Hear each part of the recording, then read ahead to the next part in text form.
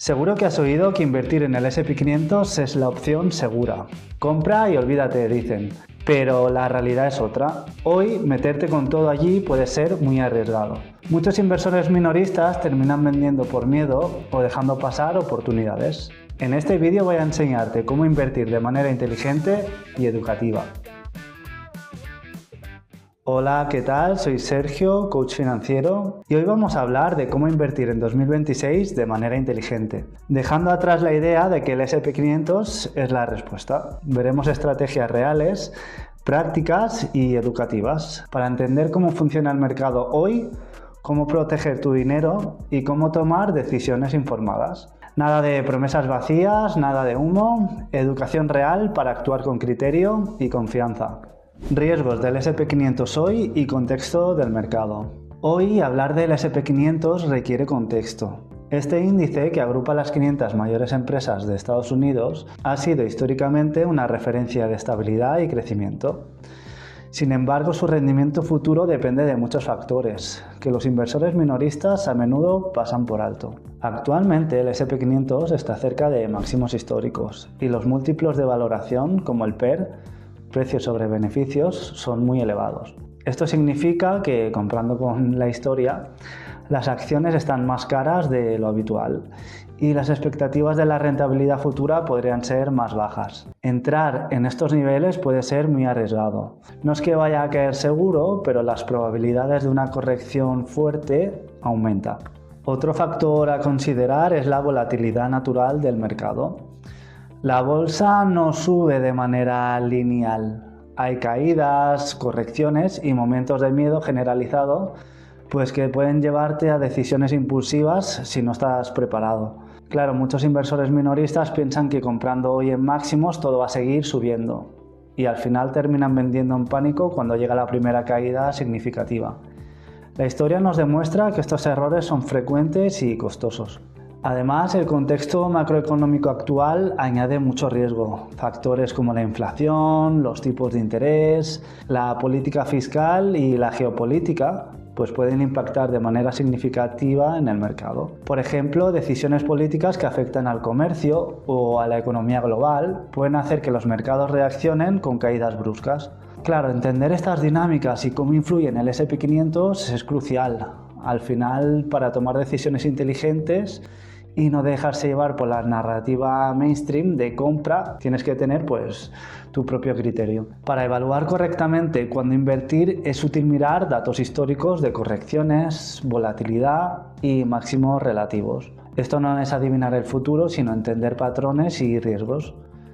Por ejemplo, una corrección histórica promedio en el S&P 500 ronda entre el 10 y el 20% en caída desde máximos. Y aunque siempre se recupera, quienes entran en los picos pueden estar expuestos a pérdidas temporales, pues que te pueden afectar emocionalmente y claro, eso conduce a errores. La clave aquí está en analizar el S&P 500 no solo como un índice que sube históricamente, sino como un conjunto de riesgos y oportunidades que requieren estrategia y criterio.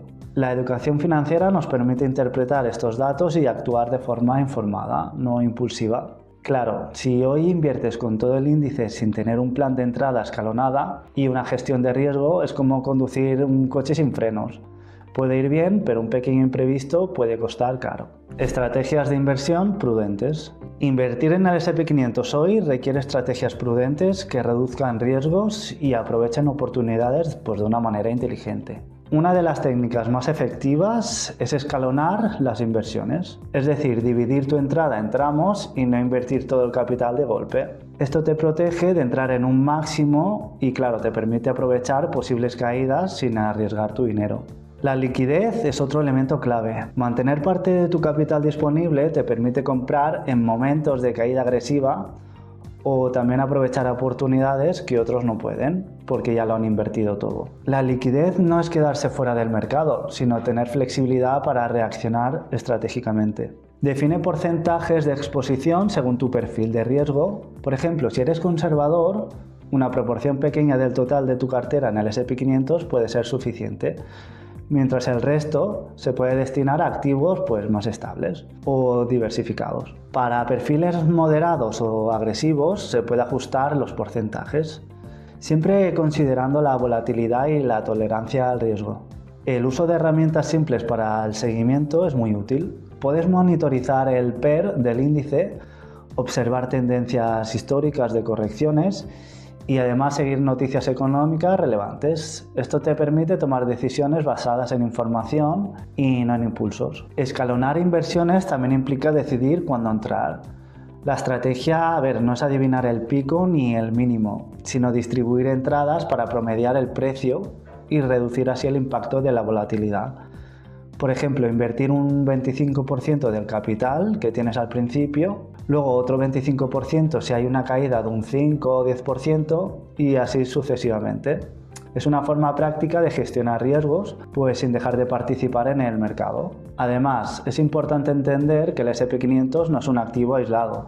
Sus movimientos pueden verse afectados por decisiones políticas, macroeconomía, tipos de interés y sentimientos del inversor. Mantenerse informado y combinar análisis técnico basado con observación del contexto macro te da la ventaja para tomar decisiones educadas. Finalmente, la disciplina es fundamental. Sin un plan claro, la volatilidad y las emociones pueden llevar a errores costosos. La estrategia prudente no solo protege tu capital, sino que te permite aprovechar oportunidades y aprender de cada movimiento del mercado. Diversificación, ¿cómo aplicarla correctamente? La diversificación es una herramienta educativa y práctica para reducir los riesgos y aprovechar oportunidades en distintos mercados. No poner todos los huevos en la misma cesta es esencial y esto se aplica tanto a índices como a sectores o activos. Por ejemplo, puedes combinar el S&P 500 con mercados emergentes, Eurostoxx, oro y criptomonedas. Permite equilibrar tu exposición. Los mercados emergentes ofrecen crecimiento potencial, aunque con una volatilidad mayor. El Eurostoxx se expone a empresas europeas y reduce la dependencia de Estados Unidos. Y el oro actúa como refugio en momentos de incertidumbre. Y, como no, las criptomonedas como Bitcoin añaden diversificación en activos digitales con alto potencial, aunque es verdad que un riesgo muy elevado. Distribuir porcentajes según tu perfil es la clave. No se trata de fórmulas mágicas, sino de comprender el riesgo de cada activo y asignar capital de forma equilibrada. Por ejemplo, un inversor conservador puede poner el 50% en el S&P 500, un 20% en Eurostoxx, otro 20% en oro y 10% en emergentes.